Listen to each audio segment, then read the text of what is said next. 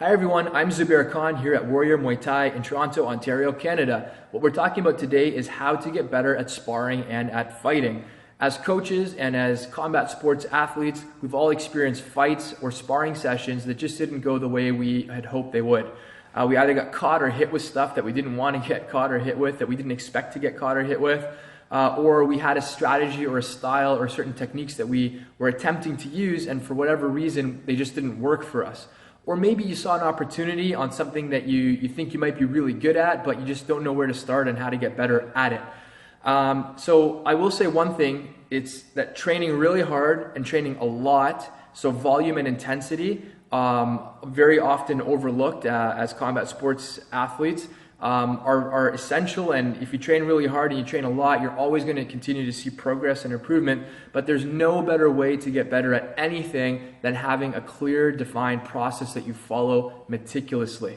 Now, this is not a video that's going to encompass mental or emotional setbacks or issues or limitations or hurdles that athletes or coaches may face. But I will say, though, that having a strategy, having a game plan, having clarity around what the root cause of your issues are, and then having an actionable game plan on how to improve that is going to eliminate probably most of the anxiety, frustration, and lack of motivation that you might experience as a fighter or as a coach. So let's talk about my model. Here we go. Okay, so here we have it. Ta-da! There you go. Pause the video, wrote it out for you just to save you some time.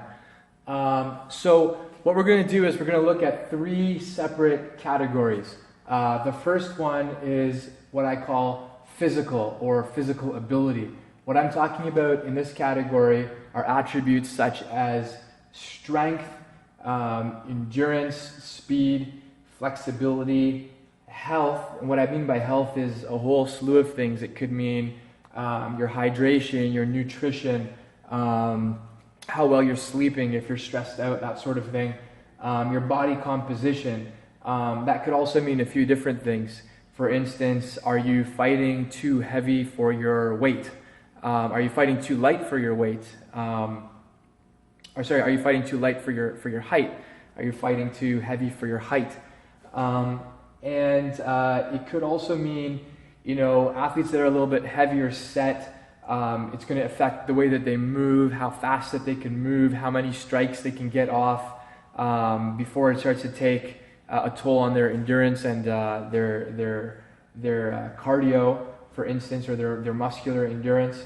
Body composition also, we can look at things like some athletes have particularly long upper legs, which lend themselves very, very well to long knee type strikes. Other athletes have just naturally, genetically longer upper bodies and shorter legs. It's true, I've measured this with some of my athletes and looked at how it impacts their style. An athlete like that may not have very long reach with their kicks, but they can get the kicks up a lot faster and recoil them a lot faster, and that can open doors with the opportunity to maybe throw combinations and have like a high volume kick type strategy. So that's what I mean by physical. In all of these categories, you could certainly add many, many more attributes. This is just to give you a general idea and some of the things off the top of my head. The second category is what I'm going to call technical, and what we're talking about here are things like your actual form, your technique, how you rotate your hips, where you swing your hands, where you place your feet when you're executing your technique, your strikes, your throws, your takedowns, your punches, and so on. Your placement, what are you actually aiming for? You're aiming for the appropriate target in your opponent. Your accuracy of hitting those targets, your ranging, how well you can control the gap between you and your target, so you don't overreach, so you don't get congested when you're striking. Your timing of when to pull the trigger, your general reflexes, your combinations, how you put things together, how you piece them together. And every gym kind of has their own style or strategy. Every athlete, I think, should have their own style or strategy and understand how that's working for them. The last category here is the strategic category. So this is where you start to understand when to use a technique, when you should not use a technique, when it actually will work against you. If you use a certain technique or strike or throw, how is it impacting the fight? How is it impacting the scoring? How is it impacting yourself, your endurance? How is it impacting your opponent? If you use a technique early in the fight, how will that change the fight by round 3, 4, or 5? And understanding what the risks are of certain strikes. How will your opponent react to that? What are the advantages of using a certain style against that opponent? What are the limitations? So for instance, maybe it's round 5 of a 5-round Muay Thai fight and you're a little bit tired. Your kicks don't have the same pop that they did in round 1. Maybe it's not a good idea to try to use kicks for a lot of damage because you're not going to damage your opponent anymore. So maybe it's better to switch to a more speed and point kicking strategy so that you're landing more, you're not so much at risk, you can pull them back faster and it's not taking up as much cardio or energy out of you. And then understanding variations of strategies and strikes and techniques.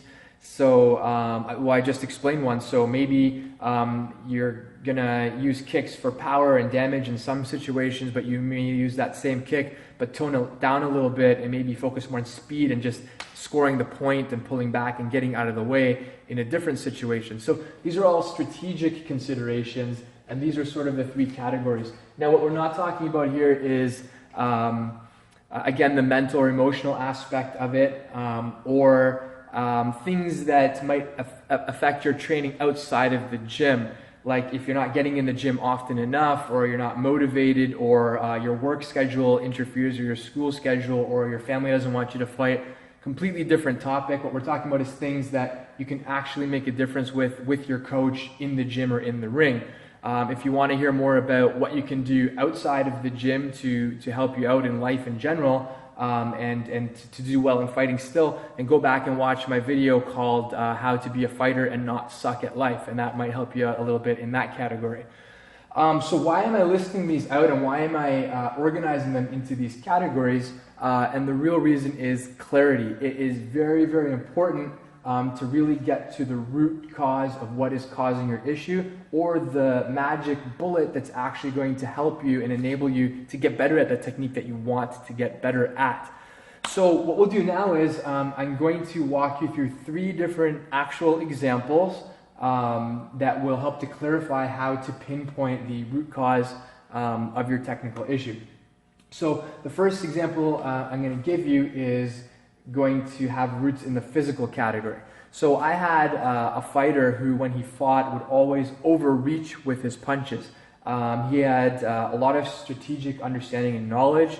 He understood the technique. He was in great shape. He hit really hard. But every time he would go to fight, he would overreach with his punches and lean too far forward over that front leg, so that when he missed, he'd be vulnerable for counter strikes. He also couldn't recoil fast enough to throw a lot of punches or kicks in the same combination. So you might think that the issue is that he doesn't have good punching technique, which is partly true, and all of these categories can sort of overlap each other. But the truth is, no matter how much repetition we did, and no matter how much he understood punching, or he could explain it, he could teach it even, it just wasn't coming out that way when he fought. So what we did with a lot of trial and error was realize that a lot of his issue was in flexibility. He had really tight hamstrings, really tight glutes, really tight lower back, and that physical limitation was preventing him from rotating his core effectively to generate the power and the reach in his punches. So instead of rotating, he was staying square, and he was leaning too far forward and putting too much weight over his front foot, and that was the real root cause of his issue. So by fixing his flexibility, it had an impact and improvement on his technique and overall his strategy.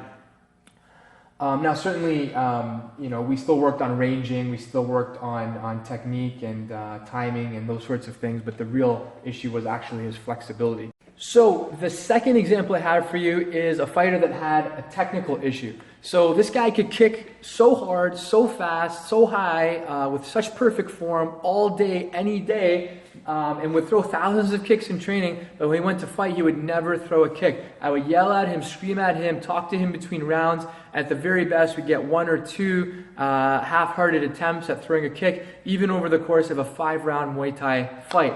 It would frustrate him, it would frustrate me. It took a long time for us to really get to the root cause of what was happening.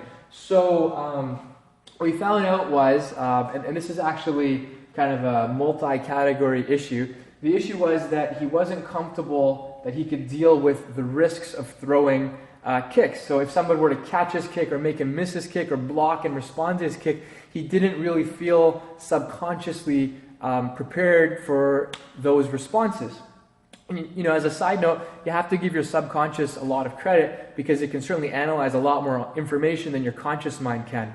Sometimes we get these gut feelings, and like I got a bad feeling in my gut, something really bad's about to happen. That's very often not random. What it is actually is your subconscious, processing all this information that your conscious mind doesn't even notice, and it's coming up with a conclusion and trying to tell you that something bad could potentially happen, even though you don't see what it is.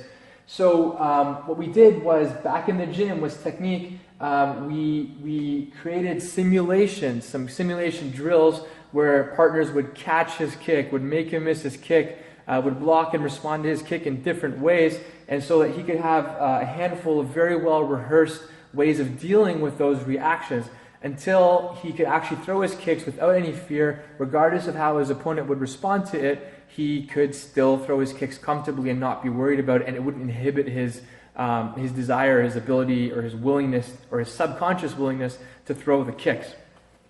So the last example I have is of a strategic issue. So I saw a fighter not too long ago. He wasn't my fighter, but I'd seen him fight many times. He went into this particular fight, and clearly he'd been working with a Western-style boxing coach. He was ducking, he was slipping, he was throwing really nice boxing combinations in a Muay Thai fight. And to be honest, I'm not adverse to. I actually like training Western-style boxing. I've fought Western boxing. I've trained with a few Western-style boxing coaches in unison with my Muay Thai. The gym that I came out of, Fadi's Muay Thai, they're very strong supporters of Western-style boxing. And a lot of their athletes do fight boxing as well.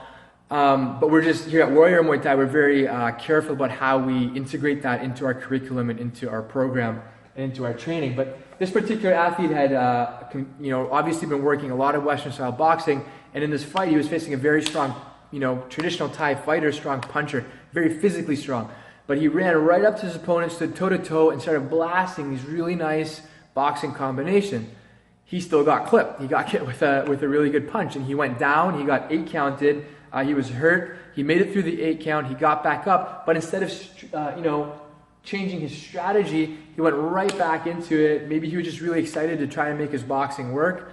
He went right back in toe-to-toe with the boxing, got dropped again a second time, got back up, even more hurt, did the exact same thing a third time, got dropped a third time. The fight was over, 3 8 counts in the same round. And you know what happened? You could say his boxing wasn't good because he got knocked out, even though he tried to use his boxing, and that could be partly true, but I would say that he actually had really, really good hands for the level of fighter, and the level of experience of himself and his opponent. So I don't really think the issue in that situation was that he could have trained more boxing. I think after having got caught and dropped, he probably should have changed his strategy, maybe moved around more, used longer range striking, faked more. If he was in real trouble, maybe he should have gone into clinch to stall, something, but use a different strategy. It was really just the wrong game plan, and it's as simple as that in that situation. So the cool thing, or the interesting thing about strategy is, you can't really add a whole lot of, you can't really change your physical ability once you're in the ring. You can't really learn a brand new technique unless you're very experienced. I've cornered maybe about 400 bouts by now, and I'm by no means a world-class expert in cornering, but I'm sure any coach worth 2 cents would tell you that you cannot take a fighter on fight day during the fight and explain a brand new concept to them that they've never seen before, never tried before, never experimented with, don't have the reflexes or the ranging or the timing or the form to do, and really expect them to do that on the fly in a fight. By the time you get to the ring, it's kind of like the deck of cards has already been dealt, and you have whatever cards you have in your hand to play with. You don't get any more. It's all about how you strategize. Which cards do you play, in what order, at what time, and that's how your strategy is going to play out. You could still win with a bad deck of cards or a bad hand of cards if you have really, really good strategy. But if you played the best you could with those cards and you still didn't win, then you have to go back and look at some of your other categories. So now that we understand these three categories and we understand sort of how to identify the root cause, what happens next? You know what your issue is, you know what your opportunity is.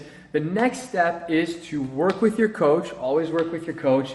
Never try and take what you see on YouTube or what you read in a book or watch in a video or what you think of and just work on it on your own without, having that conversation with your coach and getting their sort of approval and guidance on how to implement it into your training. So work with your coach, but come up with a game plan. What I recommend is, when you come to your classes with your coach, maybe you're doing one-on-ones with your coach, do what they tell you to do for sure, but have a plan for what you will do outside of that training on your own.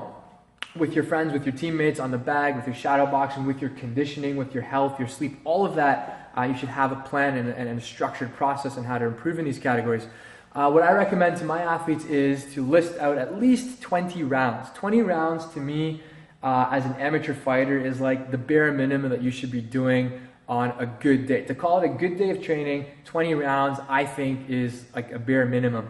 Some of my higher level athletes will do 30 plus rounds, sometimes more than once a day. Maybe that's why they're the best, but 20 rounds. So you should kind of list out when you come to the gym, what exactly did I learn from my last fight, from my last sparring session, did I discuss with my coach, and compile that into specific rounds, and you should know what each of those rounds is actually going to help you improve on. So with your physical abilities, some of your training is probably going to be focused around maybe some form of weight or weightlifting or strength training, cardio, burnouts, high intensity interval training, whatever it is you think your opportunity is, speed training, maybe flexibility, stretching, it could be yoga, maybe you need to see a naturopath or a nutritionist to help you with your body composition, you need to get on a sleep schedule. You need to do your technical training is your drills, your sparring, your pad work, your bag work, your shadow boxing, your visualization. Those are the types of rounds that you need to use to fix your technical issues. Your strategy, your strategic knowledge really comes with time. It comes from watching fights, from analyzing fights, I recommend actually getting video of your fights and your sparring as well. Having discussions with your teammates between rounds after training about what they felt that they were landing on you, what they felt risked and opportunity from you, and just giving it time, having these structured conversations with your coach. One of my coaches, Ejan Yit Fady, starting from when I was like 12 and 13 years old, actually got me addicted to coffee because he used to take me out for coffee almost after every training session. And we would sit down and we would talk about things like, so-and-so fought so-and-so and lost, but if he had used this technique, he could have won. Fighter X fought or lost to fighter Y, and fighter Y lost to fighter Z, but if this guy fought that guy, he would beat him, and this is why. If you train like this is the outcome you're going to have. So all those sort of strategic conversations are very, very important to have. Don't just show up at the gym, turn off your computer, not have a plan, just go through the motions and then expect to make rapid improvements. Have a structured plan. Look at your 20-round plan with your coach, give it a few weeks, modify it, tweak it, try it, continuous improvement. That's how you're going to get better. This is really just the tip of the iceberg, but I hope it sort of gives you some structure and clarity. It's something I try to implement here at Warrior Muay Thai. We're having some great success with it, so I hope you find it useful. If you have any questions for me, any issues, any examples, you can feel free to leave them in the comment sections below. I'd be happy to respond. If you don't feel comfortable leaving it publicly like that, you can email me at info@warriormuaythai.com. I'll be happy to respond. I love this stuff. Anything I tell you, obviously, you got to run it by your coach. I am not your coach. You do not take Edge on YouTube ever as your primary coach. You can use it to open discussions and to learn stuff and to expand your knowledge, but always come back to your coach and believe and trust your coach. If you don't have a good coach, or you don't trust your coach, you don't have communication with your coach, then before you look at any of this stuff, that is a problem that you need to fix first. So I'll leave you with that. Please give us a thumbs up and subscribe to our channel. I got lots of videos coming up, and we'll talk to you soon. Away.